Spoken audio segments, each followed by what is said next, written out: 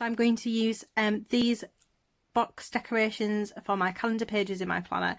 I'm going to use the black fine liner to begin with and then decorate some other bits of it with the colours.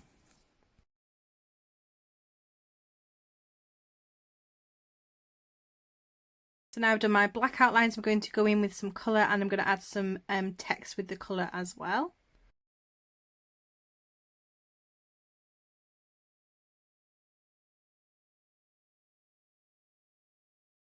So the Staedtler Tri-Plus fine liner is my favourite go-to fine liner. It is perfect for sort of sans serif, capital letter sort of fonts, for outlining things. It isn't great for colouring in large bits, but they are my go-to fine liner. They have a really fine point to them and it doesn't go blunt and doesn't start fraying.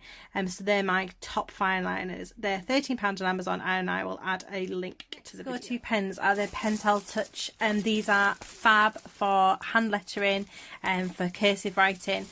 So the first pack I got was the 3 brush lettering pens.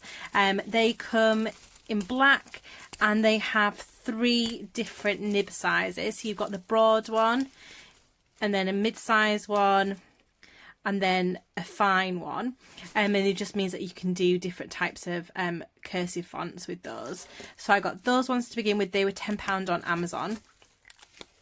And then I got, because I love those, I got these ones. So these are the coloured ones and they all come in the same size nib. So it's all like a fine nib. And they were £20 for 12 colours. So let's have a look and see what we can do with those. So the top thing to remember when you're using any pen that has a brush on it is that the pressure is really important. So whenever you do a downward stroke with your letter, you need to make sure it's a harsher pressure than if you're going upwards. So for example, if I'm going down like this, I've got a thicker line, but if we're going up, it would be a thinner line. So down, up. Okay, so then that pressure changes the thickness of my line. So if I want to draw,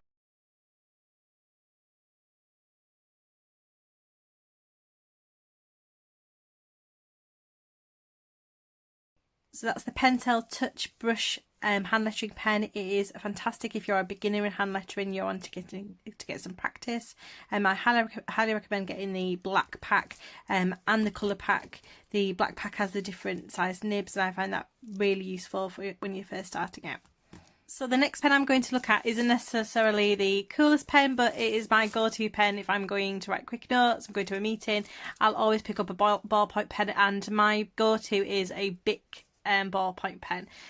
So they're really easy to write with. I just find they're easy to grip, and especially if I'm doing a lot of marking, they don't make my hand sore. So I really like Bic's ballpoint pens. But I've recently discovered a new item in the Bic range, and that is a gold ballpoint pen. It is really, really lovely to write with. So that's the Bic ballpoint pen. I really still like the black. I just think it's really easy to write with. But the gold, I'm really happy that I found a ballpoint pen in gold because it allows you to add some accents to your writing. But that's my go-to ballpoint pen.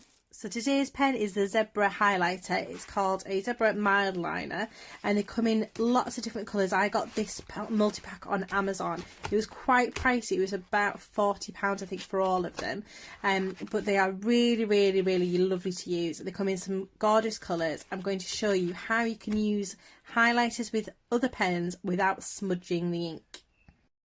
If I use my Staedtler Tri-Plus fine liner to write something, let's just put birthday there, and then I try and highlight it. Even if I let the ink dry for a little bit, it's going to smudge, it's going to carry and bleed across. It doesn't look very nice. So the best thing to do is to highlight the space that you're going to write in first, leave it to dry for a couple of seconds, and then when it's dry you're going to write on top of it like that, and it stops it from smudging.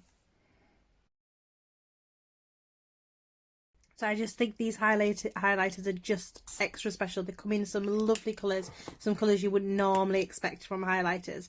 They are my absolute favourite thing to use at the moment.